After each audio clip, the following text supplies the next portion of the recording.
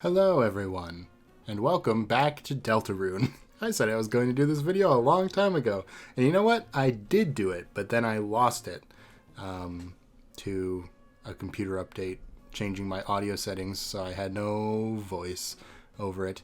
If you haven't watched my last Deltarune video, I will warn you up front that this isn't going to be quite as edited as you've probably come to expect from Deltarune Theories. Basically just going to ramble off everything I was going to say, though at least this time we have the actual game here, and I can at least go to the places and look at things.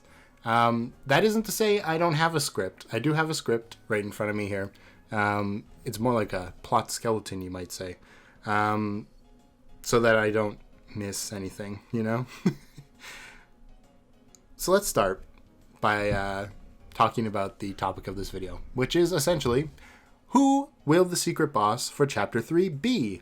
We're in a very unique position in this chapter because we can actually explore the area where the Dark Fountain has been created before it's created. So we get the chance to actually see everything, and we can actually look at it. That said, I've come up with a list of qualities that I think an item would have to meet in order to become a secret boss. So we'll go over that in just a second. But before that, I do want to say there's a possibility it's not going to be anything here, right? There's a big possibility it's going to be a completely original character, because we had no idea about the Joker card for Jevil or the spam emails for Spamton before we went in. So it might not be something quite so obvious as what we're going to go over, but I still think it's fun to do, so let's do it. Now, the qualities of the secret bosses, we can draw some patterns, but it's good to remember we only have 2 examples so far. Hard to draw a pattern without 3, you know? There could be some coincidences between these 2. Or perhaps it's a sliding scale and, like, the Darkner's madness for the secret bosses will slowly get less and less mad as it goes on. But I think there's some things that I think will stay consistent for sure between the secret bosses. So we're going to take those into account the most. The first thing is the theme of freedom. Generally, the secret bosses so far, both Jevil and Spamton, are based on items and also have histories as Darkners that are based around being either contained or controlled, and what they want is freedom. I do not see that changing anytime soon. So I think that's a pretty solid thing we have to consider. An item that is sort of not appreciated, I suppose, by society. So like spam emails and the Joker card. The Joker card's a little bit different. I did have a lot of people comment on my last video where I said the Joker card is basically useless, and said, well, the reason Jevil's actually so powerful is because the Joker card's a wild card, so it can be any card in the deck at any time, depending on if a card gets broken, you replace it with the Joker. But in general play, you don't use the Joker. So I think it still works that they're essentially shunned items, and I do think that's important to remember, because there are a lot of items in the Dreemurr household that aren't really used right now. So it's good to keep that in mind. The next thing is that the secret boss should fit the theme of the Dark World. Both Jevil and Spamton fit the theme of the Cyber City and the Card Kingdom, respectively. The most popular choice here, which is, of course, the discarded flowers, I don't know if they really fit the theme of a TV Dark World. It depends. When we get to it, I'll spin it in a way that makes it kind of make sense, but that is something to consider as well. And then finally, well, actually there's 2 more points, but one I'm purposefully discounting. So the final one that we're actually going to be using as criteria for this video is that the secret boss is going to use a soul power. I think this is definitely true. And a lot of people right now are theorizing that the order in which the soul powers are going to be used is the reverse order of the bosses in Undertale. Because we started with the red soul, which is the one you use against Asriel and also Asgore. Basically against every final route's boss. You also use it against Sans, right? Although he uses blue soul on you too, but, you know. whatever. The next one is yellow with Spamton, and that is, of course, Mettaton, who is the boss you fight before them, which would mean that the next soul is the one that correlates with Muffet, which is the purple or magenta soul. So that one's the one where you jump between lines, of course. And that does make some sense for a TV Dark World, lines of static on the screen or something like that. But I want to propose a controversial second choice for what this soul color might be. Because as much as I do think it makes sense for it to be the Undertale bosses, I'm not sure why it would be in reverse order. Even then, what I'm about to say could also be in reverse order. And it could just be that, Toby wants to make a hard boss with the blue soul power, but still, we already have Sans. So my alternative theory for your perusal, is that it is instead the order in which the human souls fell down in Undertale, which we don't really know much about, but we can make some assumptions. Obviously, the first human who fell into the underground was Kara, who had a red soul. And we get the worn dagger and the heart locket last. So it also sort of fits with that same reverse order thing. The one before that is the empty gun and the cowboy hat, which it does make sense that the guy with the gun would make it the farthest out of everyone. The one after that, though, actually isn't the magenta soul. It is the green soul, because you find the stained apron and the, what is it called? Burnt pan, I believe. If that is the case, then the boss in this chapter could also use the green soul power. So I don't think it's fair to totally discount an option if it doesn't have something good for the purple soul power, because the purple soul power is pretty restrictive, so a lot of the things I'm going to say probably wouldn't make sense with it. So I just wanted to put that little seedling into your brain to maybe allow us some more varied options here.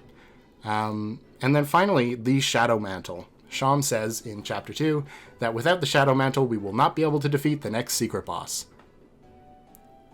I want to argue that this doesn't limit us at all, actually, because I don't think Sham was counting on Chris creating this fountain. I know there is a sect of people that still believe Chris is the knight, but I think the general consensus is that Chris just doesn't have the opportunity to be the knight.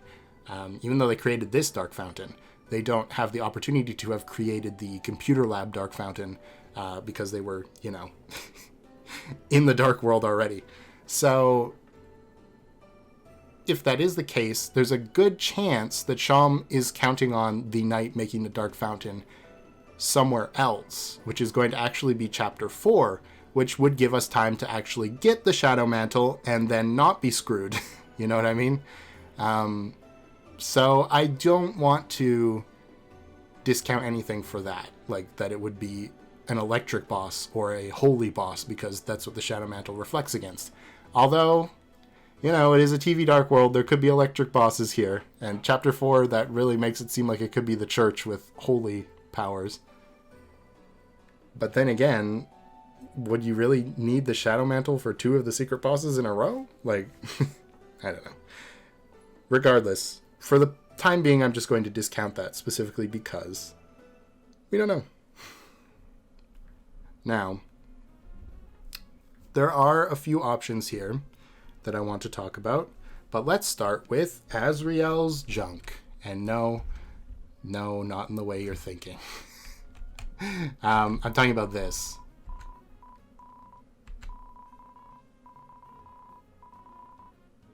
Actually, this is a good time to talk about the knockoff controller, which is the other thing another thing I have on the list. Now, when it comes to stuff like Spamton and Jevil, these are objects that Lighteners, or human beings, and monsters, don't really want to use, they're second choice, essentially. In the case of Jevil, they're definitely second choice, and spam emails are something that are purposefully ignored. Getting the off-brand controller is a well-known feeling of something you don't want. It's known to be of lesser quality. It is something that's only done out of, you only use it if you have to, that kind of thing. So I think it aligns pretty well with that neglected sort of aspect of the Darkner experience. Let's just call it that. The secret boss experience. It also has been stuck under this bed for who knows how long.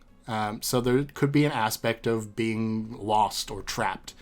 It, of course, fits the theme of the TV Dark World because you play the game console on the TV.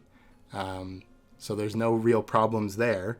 And it honestly could fit with either soul power.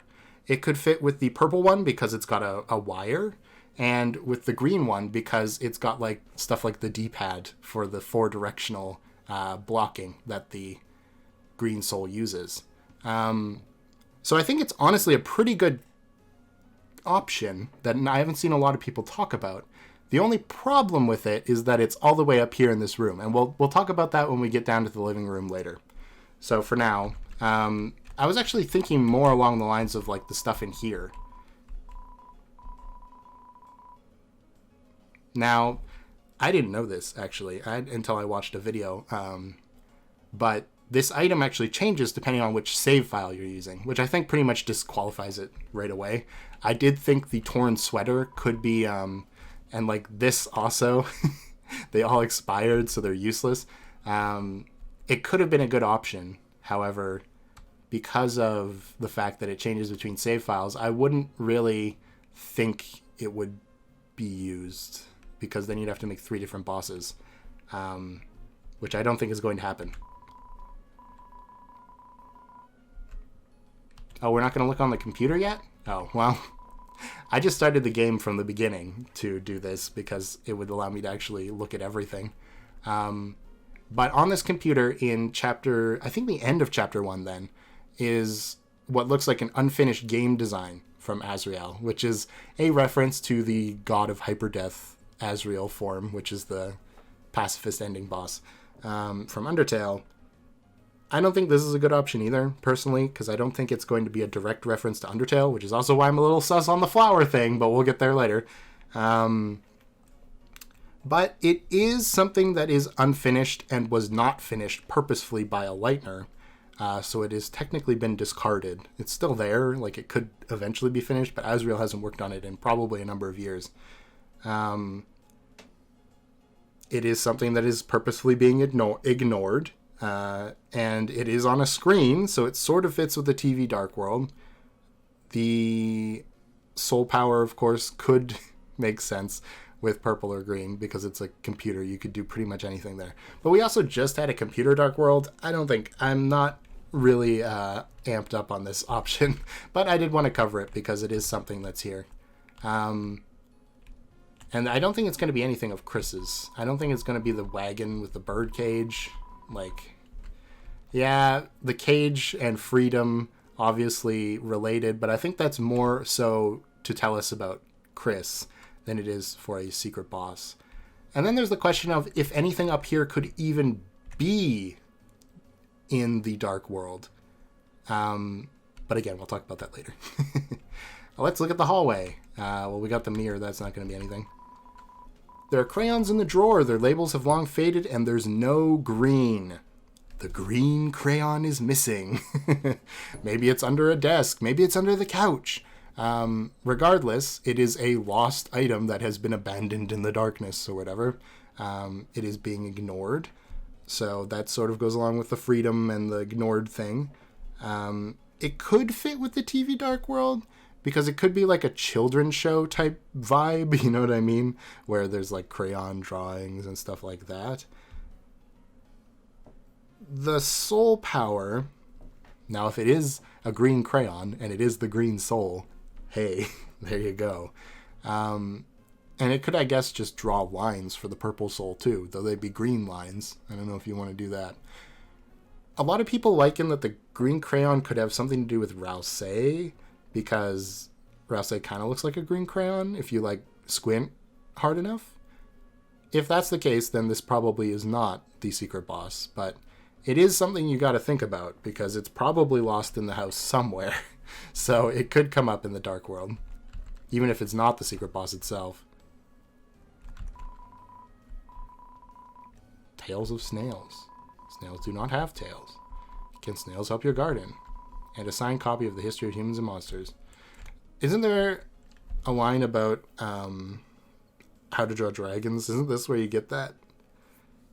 I'm pretty sure. Anyway, I don't know if how to draw dragons will be in there. But before we go downstairs, I just want to talk about something that relates to my last theory, which is the art. We talked about the drawing of Gerson in the unused classroom and the Neo body from the computer lab, and how they seem to not manifest as Darkners, despite the fact that they were, imbued with a form and everything. Like, a Lightner gave them form and all of this stuff, which is kind of how the Dark Fountains work, like a Lightner giving all these objects forms.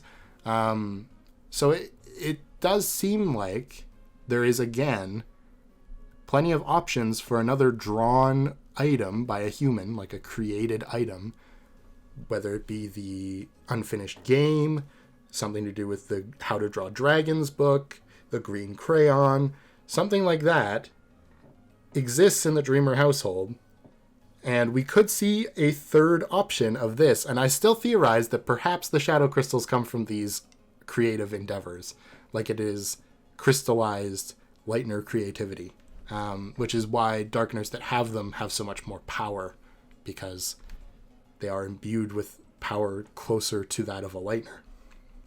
Anyway, I think someone definitely left me comments about the Gerson Boom drawing and the fact that it's plastered outside on the shelf, which is the castle in the Card Kingdom. So people said that it probably manifested on the outside of the castle and then just went away. But I have to argue that we should still have seen it, because we see the castle from afar a couple times. But hey, who knows at that point? That's pretty much completely unrelated to this, but I wanted to touch on it because I'm not going to get another chance. Let's go downstairs. Oops, I almost went back upstairs. Do I want to start with the bathroom? There's not a lot in the bathroom. We've got shampoo, but it is not neglected, nor is it have anything to do with freedom, so I certainly do not doubt that. Or I certainly do doubt that will be in there. Yay! Don't look at me like that. But there is one item down here. Can of Icy's Cool Boys Body Spray. Spray for the boys. Flamin' Hot Pizza flavor. It seems to be almost entirely full. Now look. Evil Icy Deodorant Boss. I don't want it. But it is an item that has been neglected, that has been stowed away and being unused. Icy is a celebrity, so it kind of fits in with the TV Dark Fountains celebrity vibe. And I don't know about the green soul power. It is deodorant, so it's technically like protecting you from odors. So maybe that works with the green soul. I have no idea about the purple soul. But yeah, there's that. And I really hope not. I don't think it will be, but that would be very scary. All right. Now we're in the living room. And here's where I have to bring up the question. How far do you think the Dark Fountain can go? It's a real question. Because in Chapter 2, when this cutscene takes place, Chris opens that door, and the Dark Fountain is like a smoky substance. We see smoke fills the room. So, would it not just continue to billow outside their house and look like a fire or something? Like, I know they're at the end of the road, but you'd think someone would, call the... Is there even a fire department in town?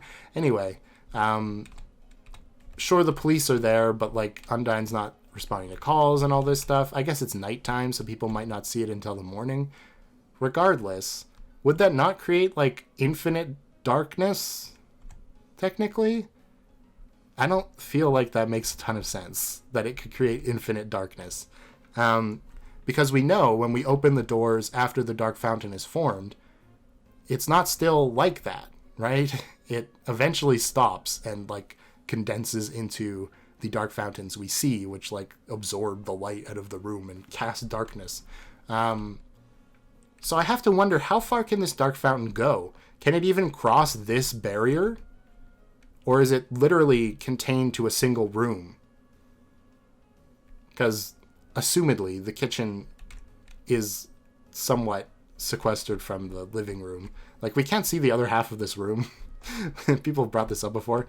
You can only see half of a table here, which means there's another half of a table that we just don't see. Like, maybe there's a wall pretty close to it, but still, there's stuff we can't see in this room. So, does the kitchen count as one room because there's no door between it?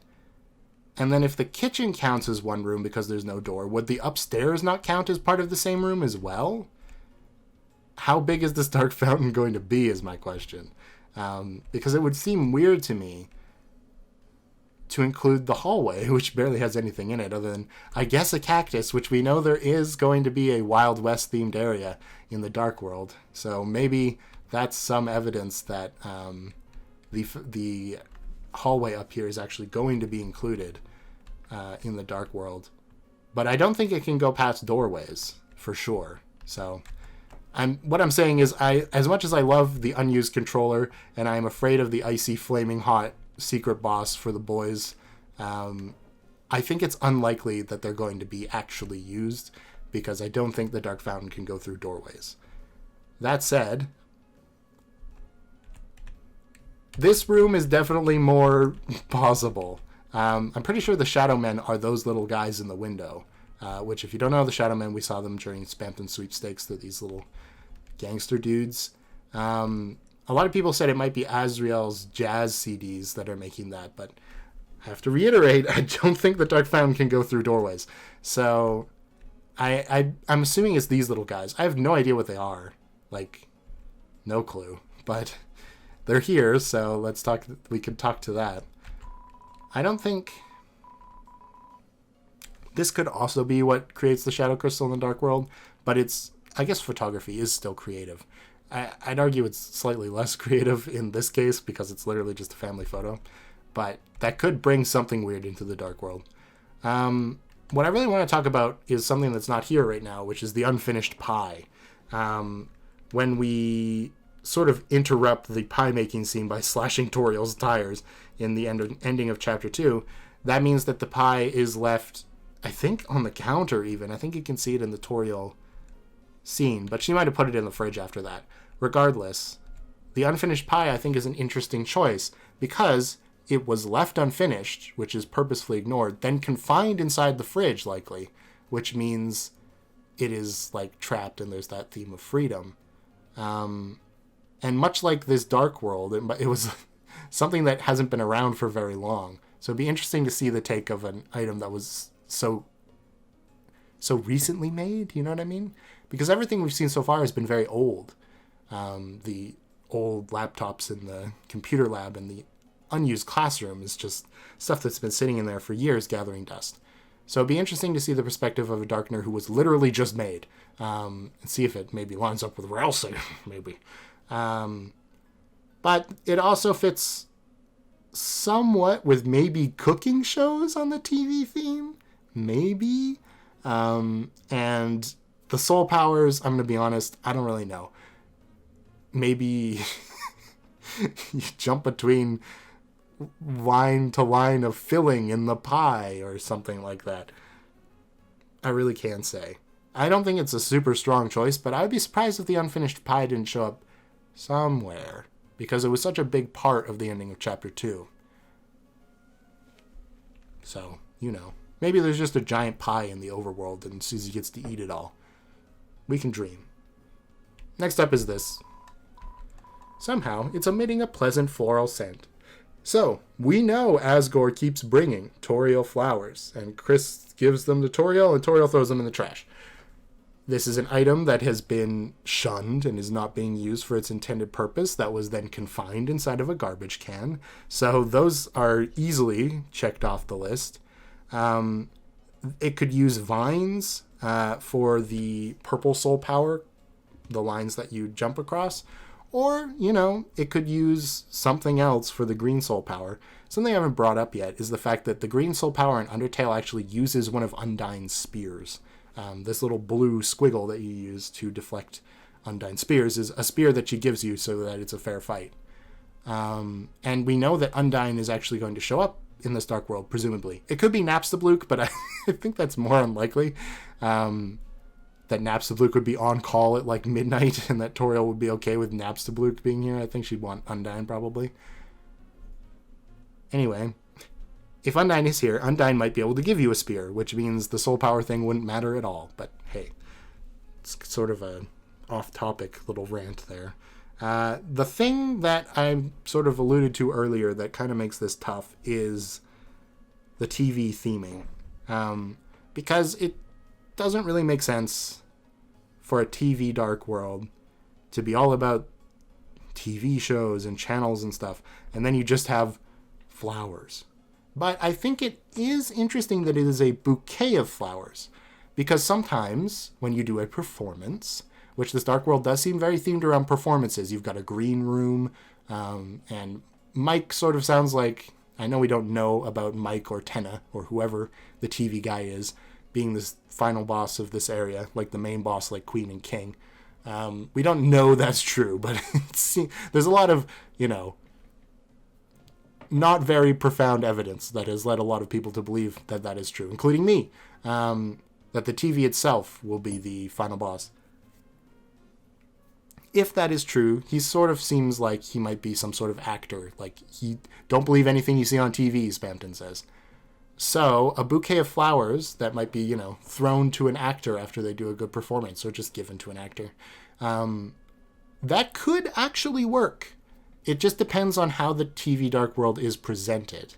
And yeah, I do like the idea, though, of having essentially, like, Flowey as a secret boss. But, like, a different version of it, because instead of being imbued with Asriel's energy, it is now imbued with Asgore's energy. What would that be like? The most divorced secret boss in the world? I don't know. But I do like this candidate. I'd probably put it in the top 3. That is, if the Dark World could even cross this boundary, because who knows? I could talk about the telephone, because technically the home phone isn't used very often. Like, it specifically says, like, why use it? You already have a cell phone. But we just had a boss that was based around phones, so Spamton was very phone-y. So I doubt that. Now, Cheriel is beloved, so I don't think it fits within our Dark World musings. The TV itself is sort of ignored. However, it doesn't make a huge amount of sense to me that the secret boss would be the one shown at the ending of the chapter and not the main boss. I do think the TV is going to be the main boss of chapter 3, or at least whatever's smiling on the TV. So I discount that as a secret boss option, but it is there.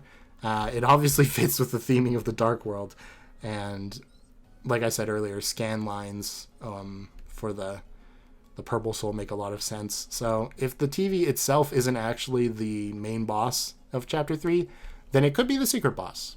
Who knows? Now I want to talk about something which we don't have, but it is related to the TV, and themes of control. Which I did say, Spamton specifically talked a lot about themes of control, like he was a puppet on strings, and relating that back to Chris. Well, what about the remote controller for the TV? It was lost in the couch cushions, confined in darkness and not used for any purpose until Susie brought it back up, which I think it would be interesting to have a secret boss relate to Susie, because Spamton was so related to Chris, and Jevil was sort of everybody. But it does sort of fit every single thing, and it is also a controller, which means maybe it's pulling the strings behind Tenna the whole time. Again, with the TV theme, with scan lines and all that, could work for the remote control. Although it could also be used like, infrared, sort of. Like, that's how TV remotes communicate to your TV, was with infrared light that pops out of the top, right? I think it's infrared. It's some sort of wave you can't see. Regardless, it could be those, like you're riding on little beams coming out of the remote controller. And then the green soul power, again, it's a lot harder to say anything other than, oh, maybe Undyne will just give you a spear. But it could be made to work, I'm sure. It basically fits everything that the TV does because it's so related to the TV, but it's not the TV, which I'm pretty sure is the Chapter 3 secret boss. So, yeah. That's nice. And the last thing that we can actually check in the house that is an item is this book of hymns. Now, I'm going to argue that this probably isn't the secret boss because the Dreemurr family seem pretty religious. I mean, they go to church every Sunday, and Azrael was trying to, what is it? Beg for Chris's forgiveness for their sins of dropping the lizard in the hole. Which is basically just meant as a segue, because I seriously doubt the Book of Hymns will be anything other than maybe like a one darkener that might satirize like TV preachers or something. However, that does lead us to another character that could be the secret boss, depending on how this all works, which is Yoshi. What if the secret boss is just Yoshi? When you're talking with Father Alvin in the graveyard on day 2, the end of day 2, I think, chapter 2, day 2, you know what I mean. He talks about how Azrael, like I just said, would come to seek apologies from him, or he'd come to apologize to him for dropping Yoshi in a pit to jump high in a video game. And Azrael loves Yoshi so much. Like, he had a Yoshi-themed birthday and everything. So it would be kind of interesting for Yoshi to be the secret boss, because Azrael isn't here anymore. He's not paying Yoshi any attention. I know it's kind of more conceptual than most of the items I brought up already, but technically the game could be in this TV stand. We know that the console is under Azrael's bed, but we don't know where the actual video game is of Super Mario World or whatever. And it wouldn't literally be Yoshi, it'd be like Joshi or something. Boshi. But it does fit with the Purple Soul power of jumping between lines, and Yoshi is known for creating shields in like the RPG games with eggs and stuff, and Smash Bros. So that could work for the Green Soul as well. I mean, Yoshi's literally green. It's stupid, but I kind of like it. Yeah, I don't know what else to say about that, but I think it'd be very funny. There's a couple other things that we can't literally look at that I want to talk about. One of which is the Horns headband. Toriel says, I was halfway between saying says and states there. She says that Chris used to have a sort of like devil headband with a little red headband with horns that they bought for them when they were saying, like, when are my horns going to grow in? When Azrael's are growing in. But it's gone missing. Again, a lot of people say, well, maybe that's Ralsei, because Ralsei has pink horns.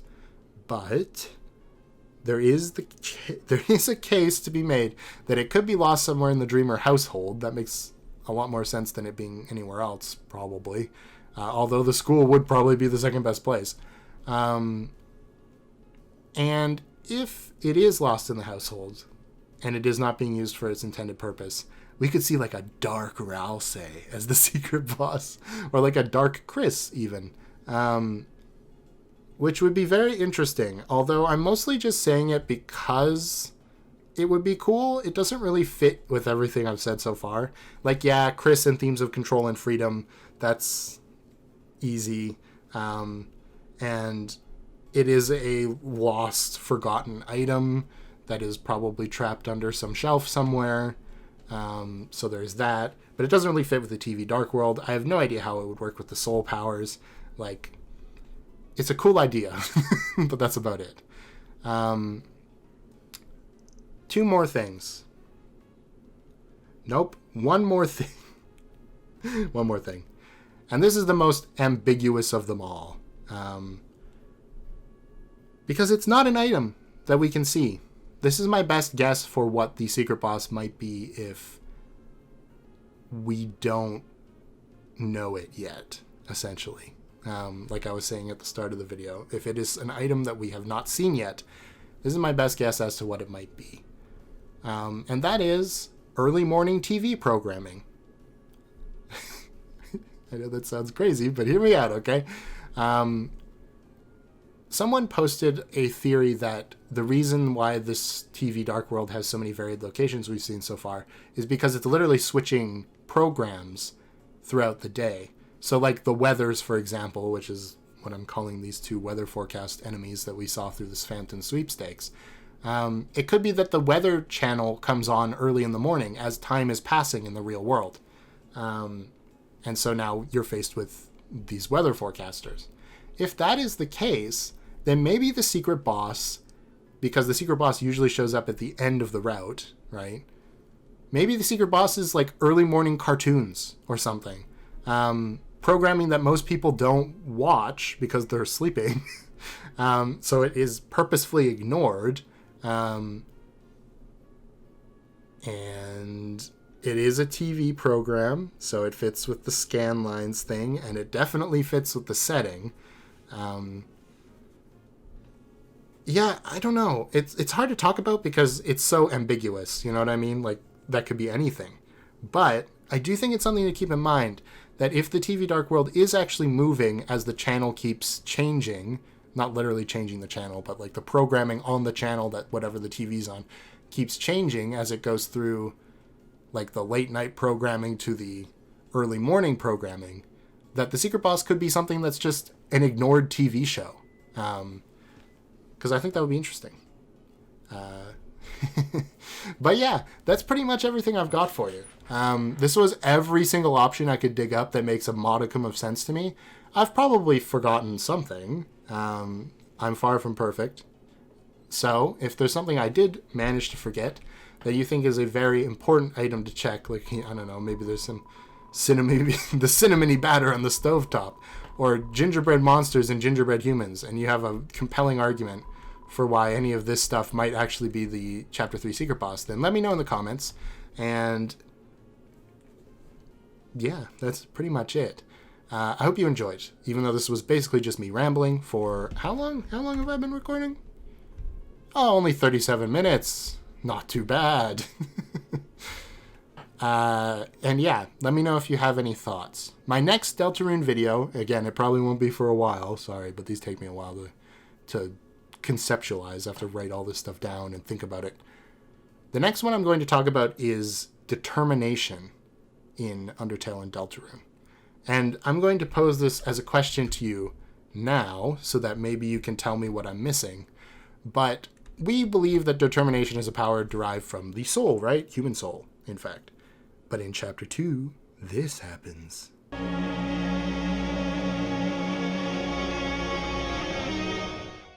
So let me pose the question to you and see if you can explain it.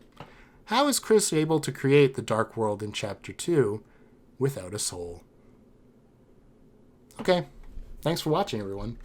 I hope I have tickled your brain so you will think about Deltarune. All right, see you next time. Bye-bye.